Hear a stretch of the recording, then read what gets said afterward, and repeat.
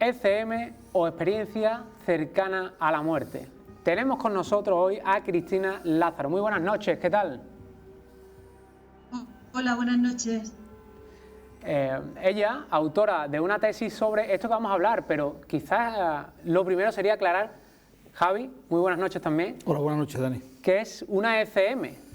Bueno, una experiencia cercana a la muerte es un caso en el que se produce una experiencia traumática como es el fallecimiento de una persona diagnosticado o confirmado mediante un electroencefalograma plano, y tras realizar actividades o maniobras de resucitación, pues esta persona vuelve a la vida.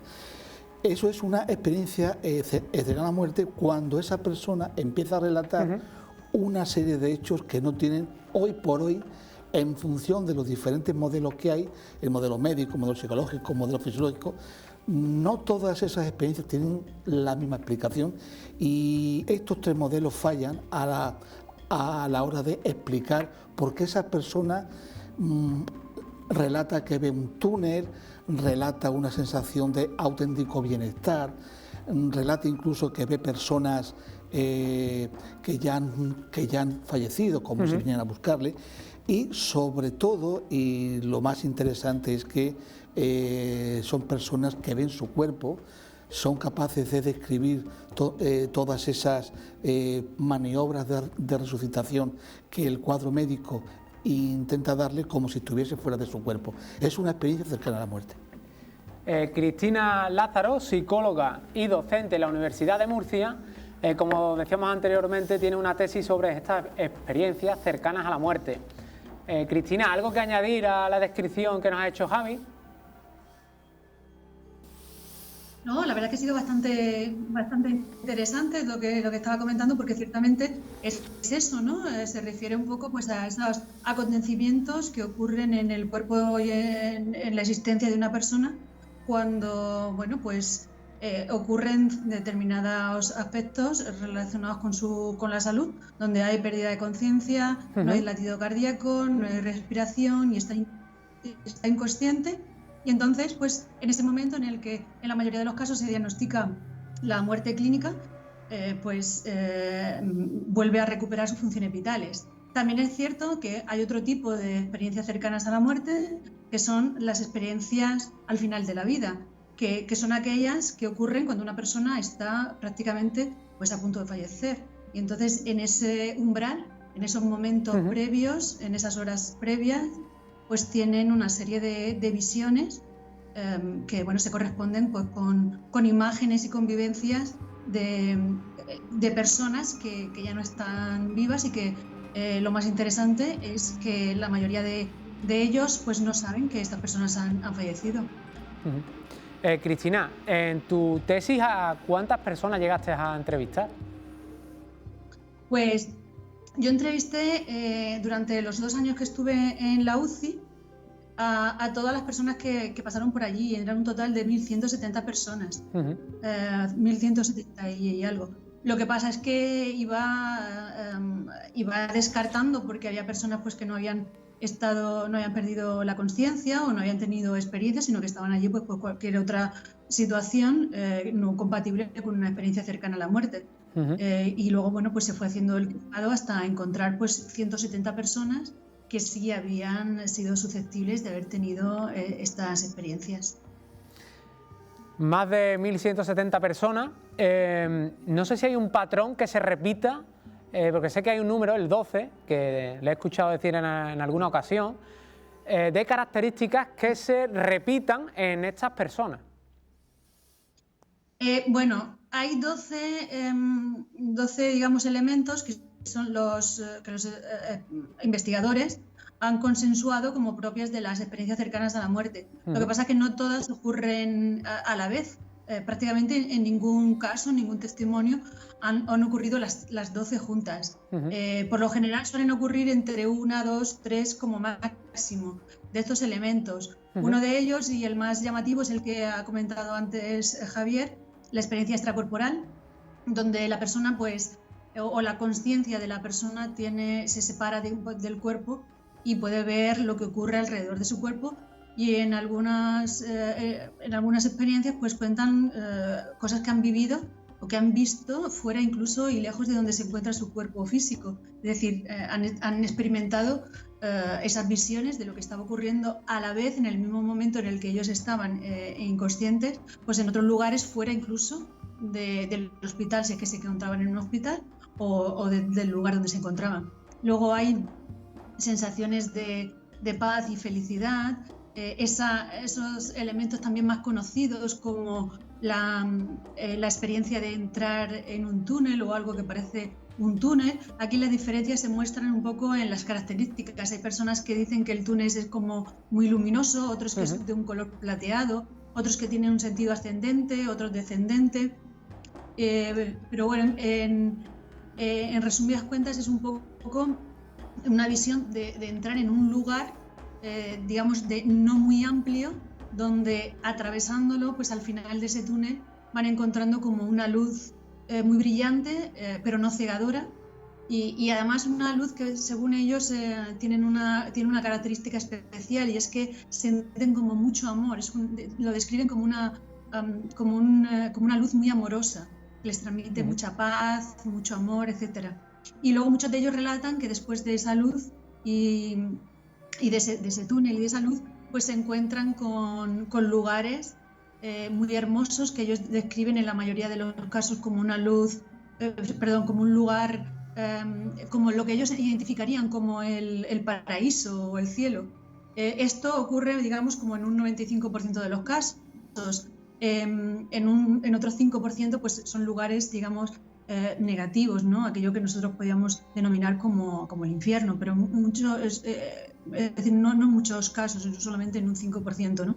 Luego hay pues elementos como, por ejemplo, la alteración del espacio y del tiempo, ¿no? El tiempo tal y como lo conocemos nosotros, de pasado, presente y futuro, es decir, lineal, pues deja de existir y ocurre todo a la vez, es decir, tienen esa sensación de que han ocurrido ha ocurrido mucho tiempo, ¿no? Ha pasado muchísimo tiempo de esa experiencia cuando a lo mejor solamente han sido segundos o al revés.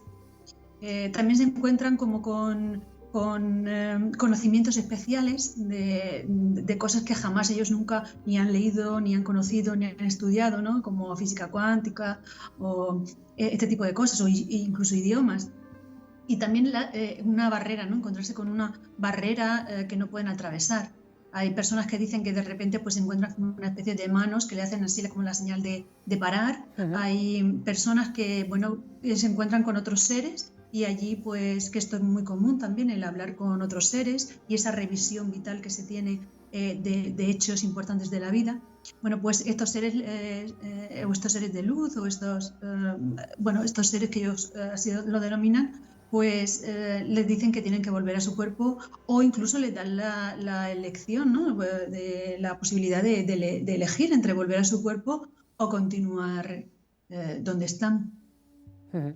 De estos 12 elementos, entiendo, Cristina, que algunos no son demostrables o difícilmente son demostrables, ¿no? Como una visión de un túnel, o sea, nadie ha podido ver lo que esa persona ha visto, pero sí, por ejemplo, en esa pues, experiencia extracorporal, sí que se puede demostrar de alguna manera si esa persona cuenta cosas que ocurrieron cuando estaba, bueno, pues entiendo que en un coma o inducido o inconsciente o de cualquier otra manera. Eso sí que sería demostrable, ¿no?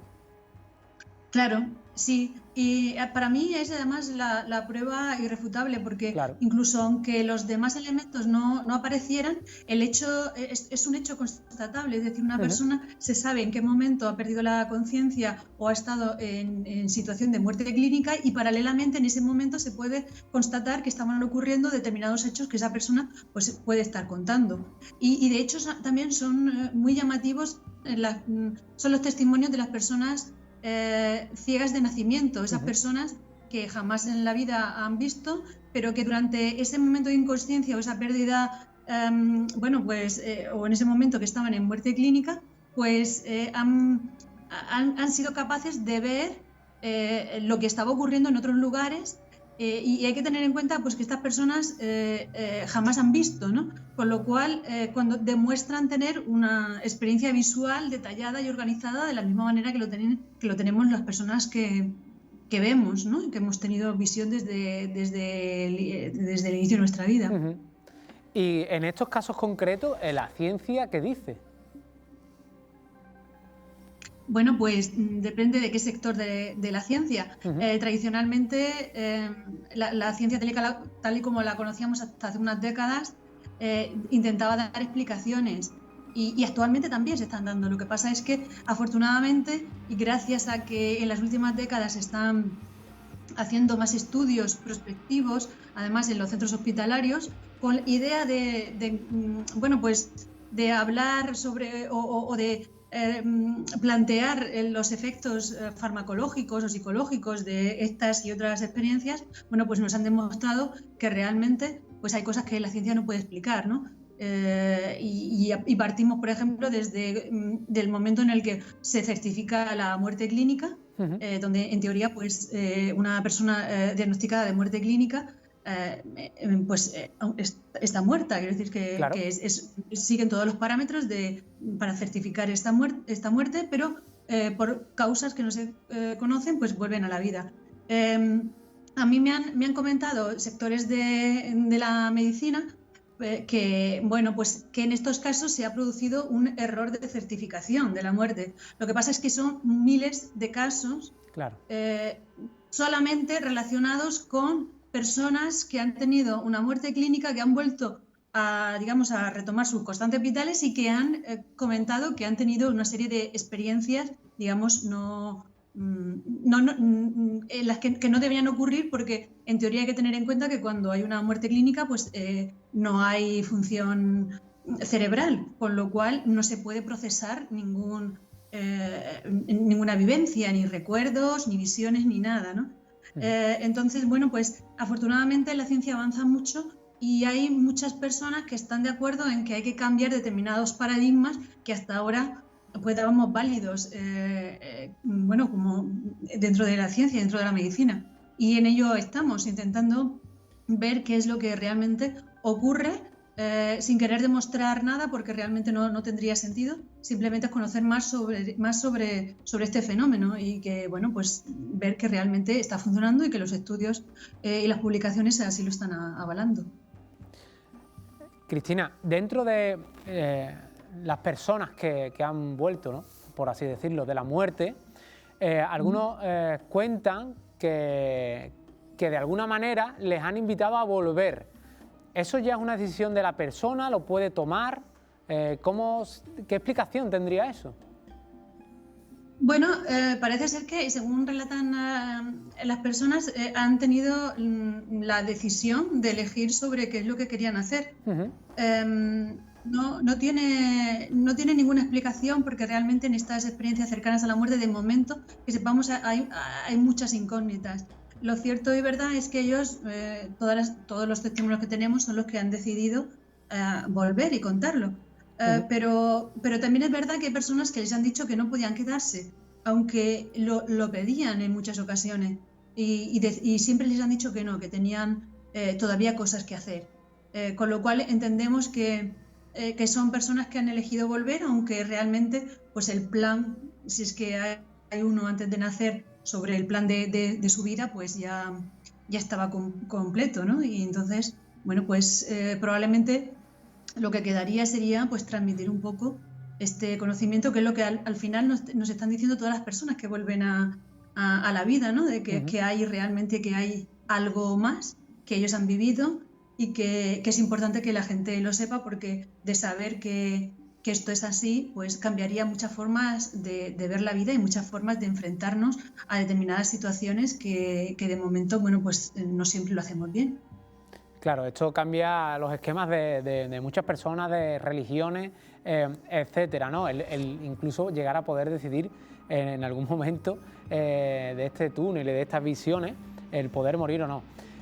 Otra de las grandes preguntas sería saber qué secuelas deja en una persona, porque las hay, que ha sufrido una experiencia cercana a la muerte.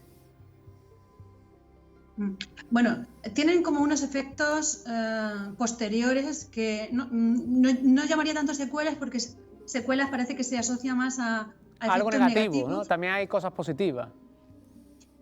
Claro, sí, lo primero de ellos es que dejan de tener miedo a la muerte. Y para ellos, en la mayoría de los casos, pues han tenido una experiencia bastante positiva, es decir, una experiencia, además, fuera un poco de lo que ellos podrían imaginar, porque es una sensación y una vivencia jamás antes vivida y por lo tanto jamás experimentada, a la cual pues tampoco tienen mucha idea, ¿no? de cómo interpretarlo y cómo, digamos, cómo llevarlo a su vida cotidiana. Pero realmente dejan de tener miedo a la muerte porque ellos dicen que ya saben lo que es, han estado ahí. Y que es un lugar bueno donde solamente espera pues perdón y amor. Pero sí que es cierto que muchas de estas personas no saben muy bien cómo interpretar la experiencia que han vivido, y de hecho el resto su contexto social y familiar tampoco puede darle una explicación, digamos, que a ellos les sirva para interpretarlo, ¿no? Y claro, muchas veces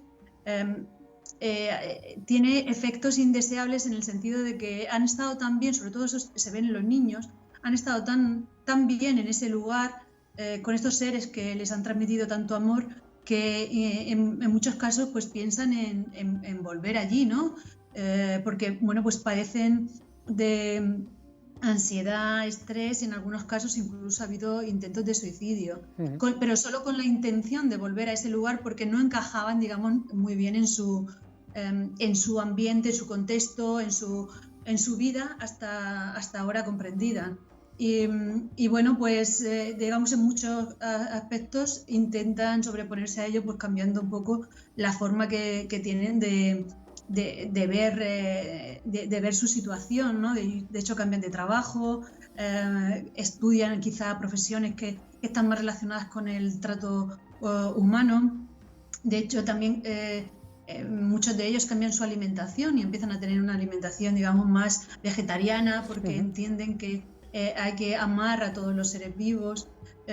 Y bueno, y luego tienen pues otra serie de efectos, pues como por ejemplo la imposibilidad de llevar relojes de pulsera, ¿no? Porque interfieren, digamos, un poco en estos campos eléctricos.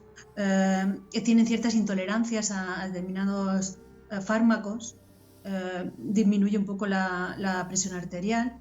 Pero bueno, por lo general suelen ser también pues efectos positivos, ¿no? Porque al intentar encajar un poco esa experiencia en su vida, están como un poco más en sintonía con lo que ellos entienden que es el ser humano. De ahí la importancia de conocer las experiencias cercanas a la muerte, y sobre todo que las personas que están cerca de aquellas que han vivido estas experiencias, y me refiero, por ejemplo, en las primeras etapas, en la etapa hospitalaria, pues que sepan conocer que es una experiencia cercana a la muerte, para que el primer contacto sea positivo, para que esta persona después no desarrolle determinados problemas, porque generalmente cuando alguien suele contar su experiencia, pues siempre le dicen que ha sido problemas, o sea, ha sido provocado por la medicación, o que están locos y tal, ¿no? Y claro, ellos lo último que quieren es que les tachen de locos porque ellos hayan vivido una experiencia inusual. Cristina, algo que nos has comentado y que a mí me parece súper interesante y que también daría veracidad a todo esto que estamos hablando, que bueno, igual para algunas personas se queda un poco en el aire, ¿no? Son personas que después de haber sufrido esto tienen nuevas capacidades. Sí, muchos de ellos desarrollan la intuición. y son capaces de percibir bueno, pues cosas que van a pasar, acontecimientos importantes, y tienen como más empatía, ¿no? Saben, bueno, pues detectar determinadas cosas y enfermedades que le puedan pasar a otras personas. Es algo que ocurre en un porcentaje importante de las personas que han vivido, ¿no? Dicen que muchos de ellos que vienen con un toque de la muerte, ¿no? Pero por esa capacidad y esa visión, digamos, de hechos paranormales, si queremos llamarlos así. Algo también muy interesante. Me pedía la palabra Javi. Sí. La tesis doctoral de la doctora Lázaro Pérez, La conciencia en el umbral del tránsito, experiencia cercana a la muerte, fue dirigida en el 2016 por el doctor Luis Álvarez, pero como codirector tuvo a una de las personas pioneras en todo este campo, que fue y es el doctor Raymond Moody. Si nos fijamos bien, hay una cosa que ha comentado la doctora Lázaro, que ya lo hemos comentado aquí en más de una ocasión en otros temas totalmente diferentes. Pero fíjate que siempre hay un tronco en común, que es el tiempo. Sabía que ibas a llegar ahí porque sé que es algo que te encanta, pero que también es muy curioso. Cuando lo ha mencionado ella, directamente se me han venido todas las conversaciones que hemos tenido sobre el tiempo, si es lineal o no. Yo creo que lo que da sentido a nuestra existencia no es el espacio, sino que es el tiempo. Y fíjate aquí que se produce una auténtica transformación de lo que es la percepción temporal. Pasan unos segundos en esa reanimación, porque mucho más, evidentemente, no puede ser, pero la persona que sufre esta experiencia, el paciente que está sufriendo por esto, o que está pasando por esto, tiene una percepción de muchísimo más. Es como si abandonase durante unos instantes ese encorsetamiento del tiempo espacial que tiene nuestro cerebro por aprendizaje, y fuese capaz de tener acceso a otra manera de percibir y de vivir una nueva realidad, que es un nuevo tiempo. Como si el tiempo fuese no una cuestión lineal, sino que fuese algo como un plano geométrico, que tú puedes ir de un lugar a otro, porque estamos hablando como de una esfera, en donde un plano temporal se puede superponer por otro. Es como si la muerte fuese otro estado de conciencia diferente, en donde, fíjate, seguramente la vida fuese posible sin la materia, sin únicamente energía. Fíjate todas las explicaciones que podremos encontrar dentro del mundo de la parapsicología, que dejarían de ser fenómenos paranormales. Claro. Serían fenómenos normalizados, perfectamente explicados. Cristina, claro, porque además, claro, lo que estamos hablando ahí precisamente es de la consciencia. Estamos diciendo, sobre todo, y las experiencias así, estas experiencias cercanas a la muerte, sobre todo lo que están hablando es de que existe una consciencia con ese, que es un poco como si el cerebro fuera una interfaz que va conectando el cuerpo físico con otros elementos que están fuera del cuerpo. De ahí lo que Javier estaba comentando antes del tiempo. Y además esto se ve también claro en uno de los elementos, ¿no? Durante ese tiempo que decíamos que no siempre es lineal, aparecen una serie de visiones o de hechos importantes de la vida, pero también ocurre que hay personas que ven toda su vida. Entonces, hay que tener en cuenta que si hay unos segundos en los que hay pérdida de conciencia, digamos un minuto o así, que es lo máximo que se está viendo, pues claro, es muy difícil explicar cómo una persona en segundos puede ver detalles importantes de toda su vida, ¿no? De ahí que estemos hablando de esa consciencia que no forma parte, digamos, del cuerpo, ¿no? del cerebro. Cristina, prácticamente se nos ha acabado el tiempo, estamos en el último minuto, porque estás muy ocupada y nos tienes que dejar, no te quiero robar más tiempo, pero me gustaría saber, de todos los casos que tú has investigado, si hay alguno que por algún motivo te haya impactado más, te haya llegado más.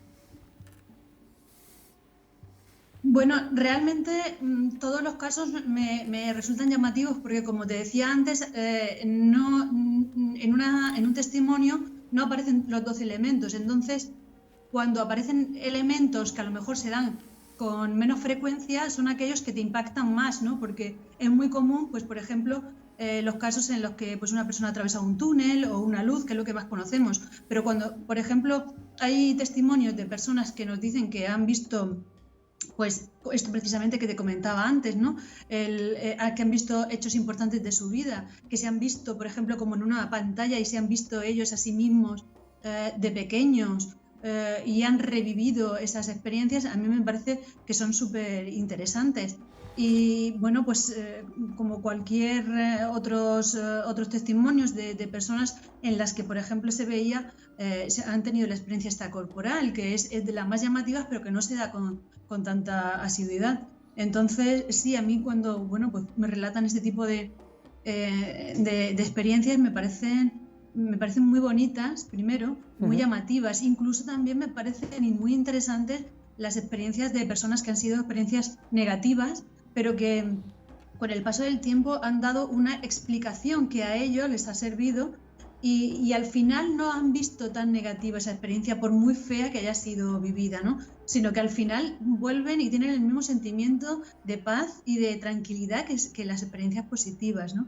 Y a mí esto pues me parece muy, muy llamativo y muy interesante. Cristina, pues muchísimas gracias por haber estado aquí con nosotros en Zona Oculta. Pues gracias a vosotros por interesaros por este tema y de tocarlo con tanta delicadeza. Muchas gracias.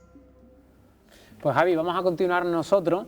Vamos a intentar pues contextualizar qué dice la ciencia sobre las ECM, las experiencias cercanas a la muerte, que hemos hablado con Cristina, pero que, bueno, siempre la ciencia intenta, como ella bien decía, buscar una explicación a todo.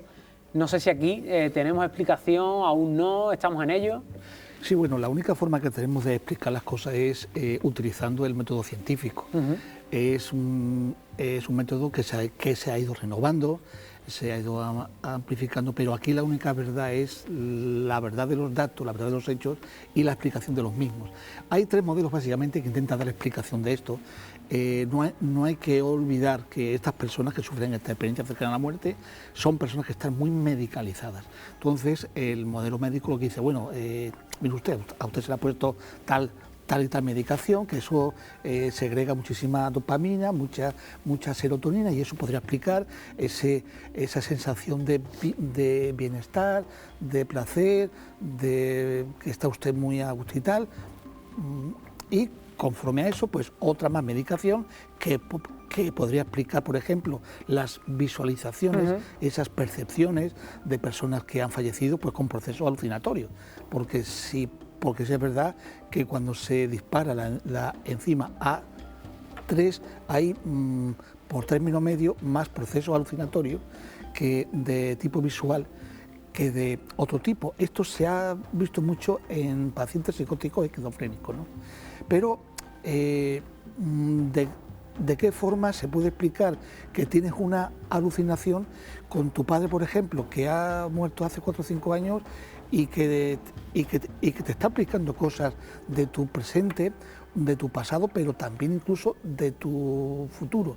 No existe un tipo de alucinación así. Más bien parece una vivencia real. También está el modelo fisiológico, que lo que nos viene a comentar es que cuando hay un estado de estrés tan fuerte como es obviamente esa proximidad a un estado terminal, a un estado de óbito, pues evidentemente todas las estructuras cerebrales, todas nuestras redes neuronales, pues sufren transformaciones y esto podría explicar todo eso. Y ahí nos volvemos a encontrar con muchísimos casos y dice, bueno, mire usted, ¿cómo es que yo, que he estado muerto clínicamente, certificado además 35 segundos, cómo es que yo he visto cómo me estaban reanimando? Y además es que lo he visto desde el techo. ¿Cómo es que yo sé lo que estaba haciendo mi hijo, que estaba en la escuela que está a 5 kilómetros de aquí? Esto quizás sea para Tampoco. mí lo más interesante Tampoco se puede de las experiencias cercanas a la muerte, porque esto para mí, a día de hoy, no podemos explicarlo de ninguna manera. O sea, una persona que describe, como tú bien dices, a su hijo, a su mujer, a su madre, a lo que sea, que no está allí y que está haciendo otra tal cosa, y eso después acaba demostrándose que es real, es que nada más de pensarlo se me ponen los vellos de punta. O sea, esto no tiene explicación. No. De hecho, el modelo psicológico, que también intenta explicar algo, dice, bueno, lo que pasa a usted es que en un estado de estrés tan fuerte, donde todo el organismo está sometido, particularmente el órgano rector, que es el cerebro, que es la mente humana, pues usted lo que hace es recrear, revivir aspectos de su pasado, que como los tiene usted dentro de su memoria, eso sale a flote y tal. Seguimos sin poder explicar muchísimas otras cuestiones. Conforme se va conociendo lo que es el cerebro a través de las neurociencias, pues obviamente se empieza a tener otra visión del cerebro, de su funcionamiento y de las cosas que es capaz de hacer. Y una de las cosas más interesantes es que el cerebro no consta de una red totalmente anárquica de sistemas neuronales, son redes perfectamente organizadas y no es una única red, sino que se han llegado a describir hasta 11 redes diferentes, totalmente identificables, que componen nuestro cerebro. Seguramente haya más. Lo que ocurre es que nuestros sistemas, para poder medir, para poder observar, son también limitados, que cada vez se están perfeccionando más. Y si te das cuenta, la doctora, que es antropóloga, es doctora en antropología por la Universidad de Murcia, ha dicho algo, y es que las personas vuelven con otros conocimientos. O sea, ¿esto cómo es posible? Incluso no hablando totalmente o en la integridad idiomas, pero sí son capaces de hablar ligeros fragmentos de lo que son idiomas a los que nunca han tenido acceso. Pero hay un término que ha dicho, es que incluso vuelven con nociones de física cuántica. La física cuántica es algo que hasta los que nos dedicamos a eso, que nos gusta, que leemos mucho en revistas científicas, nos cuesta trabajo entender. Bueno, ¿cómo es posible que una persona que ha estado 35 segundos, 40 segundos con un encefalograma plano es capaz de retornar con conocimientos, algunos, de física cuántica? Claro, ¿dónde ha estado? Y se unen ¿Y cuánto tiempo? Y se unen dos cosas aquí que pone aún los pelos mucho más de punta. La física cuántica describe otras realidades totalmente diferentes a lo que es la materia grande. Describe las leyes de comportamiento del mundo subatómico, que nada tiene que ver con lo que conocemos. Es eso de que un electrón puede viajar, es eso de que un fotón es capaz de transportar energía sin necesidad de materia ninguna. Es eso que dice que un electrón puede estar en el Himalaya y su pareja puede estar en Marte, que el estado de uno afecta al estado de otro. Son cosas que te dicen, por ejemplo, que un mismo cuerpo se puede comportar unas veces como onda y otras como partícula. Unas veces rebota contra la pared, pero otras veces capaz de atravesarla. Y si seguimos hablando de la física cuántica, llegamos a entender que el tiempo se concibe de forma distinta. Nuevamente nos volvemos a encontrar con el paradigma, con el constructo de tiempo. ¿No será que el tiempo que tenemos en nuestro cerebro, que es el que se va desarrollando, es el que socialmente nos va desarrollando, nos van programando, es a la vez una autolimitación que nos imposibilita a tener acceso a otro tipo de, vamos a llamarle, niveles de conciencia o dimensiones o universos paralelos? Porque aquí no estamos hablando de que yo contacto con tu mente, estamos hablando de que mi mente es capaz de conectar con otro universo. Realmente, ¿cuántos estados de conciencia hay? Fíjate que tú puedes visualizar una escena con tu padre te está hablando. ¿Qué es lo que pasa cuando visualizamos o cuando escuchamos algunas psicofonías? vienen del pasado, están interactuando ahí, pero no los vemos.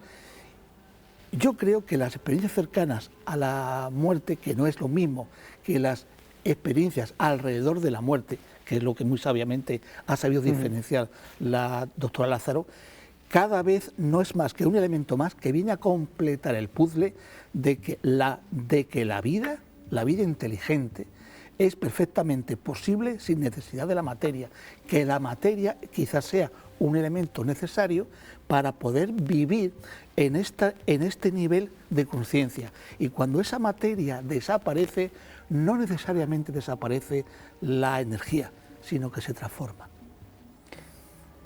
No sé si han tomado nota en casa, pero esta intervención sí que da miedo, y no como otras muchas veces que me dicen a mí buenos amigos míos o familiares. No sé cómo te atreves a hacer esas investigaciones que haces en exterior, a usar un péndulo, a usar la Spirit Box, porque al final, de alguna u otra manera, probablemente todo esto esté conectado, y sí que me da menos miedo ese desconocimiento, que también lo tengo, con respecto a todo esto que hemos hablado, Sí. Universos paralelos. Pero fíjate una cosa y curiosa. y la linealidad del tiempo, que a mí me fascina. Fíjate la cosa curiosa, que hace 100 años que conocemos, que hemos empezado a conocer la materia subatómica, el mundo del átomo, es del año 1900, pues imagínate en estos poquillos años lo que hemos llegado a poder realizar con tan pocos años de conocimiento de este mundo fascinante.